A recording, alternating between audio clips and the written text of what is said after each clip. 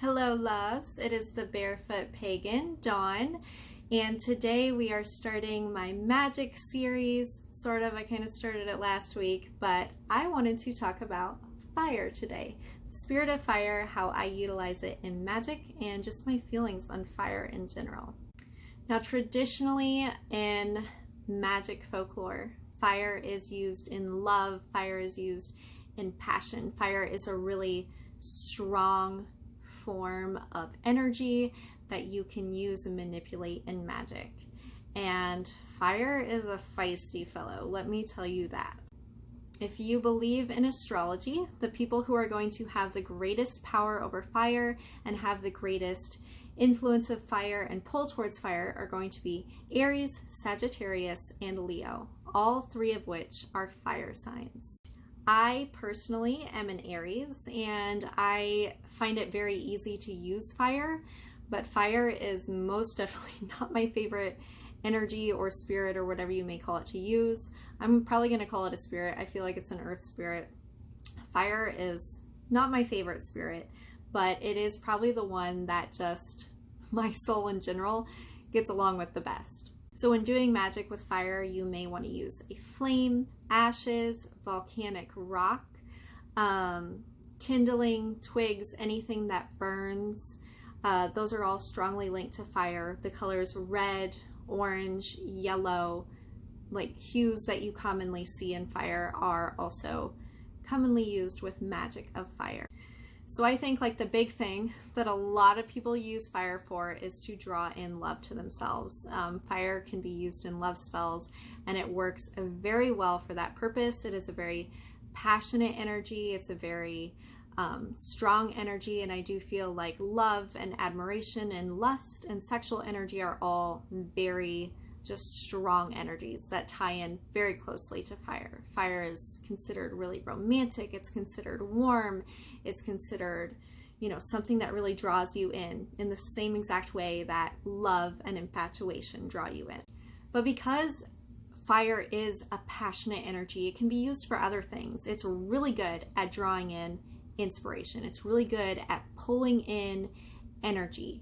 It's good at giving you motivation and drive. If you just really want to get somewhere with a specific spell, if you're like drawing in energies from fire, or you're using fire in a spell, like fire is powerful. Fire is strong and direct. If you feel like you do not have enough energy, if you feel like you are lacking the energies that you want to put out, fire is a really good place to seek energy from. Obviously, it is like the most energy you can get. Look at it. Like, it is just, it's powerful. So it is so easy to draw in energies from fire because it's just putting those out to you. It's like willingly giving you energy as long as it's burning. It's like, here, have my energy, draw it in, direct it where you want to.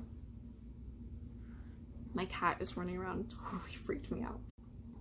The thing about fire is, like, I personally have a love-hate relationship with fire. I find it easy to work with, but it's a powerful energy, and it can be misdirected easily, even unintentionally. You can accidentally take in fire's energies, and it's just so hot.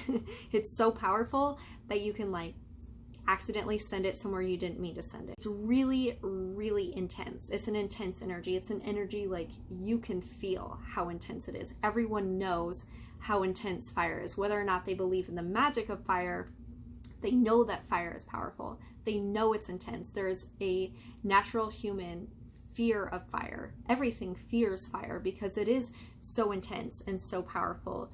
So it's really hard to harness. It's easy to draw in, but it's really hard to direct because it is just so much. So you don't want to like draw in too much. If you're like drawing in energies from fire, it'd probably make you jittery and anxious, but you want to use like a candle, not a campfire. You don't want to like sit at a bonfire and be like, I'm going to draw in all this energy. like use a candle. I guess a campfire could be okay. Like a smoldering campfire would be perfect, but you just really want to be careful around fire. Fire is intense, and fire can cause you to go in a direction that you didn't mean to go with your energies. In my mind, fire is definitely the youngest energy. fire is immature, it's stubborn, it gives off energy super easily, which is awesome. You know, it's youthful, it's energetic, but it is also like so quickly burning that you need to use it immediately, which is great if you want instant results. If you are looking for like magic, a spell, I guess is what I'll call it in this sense.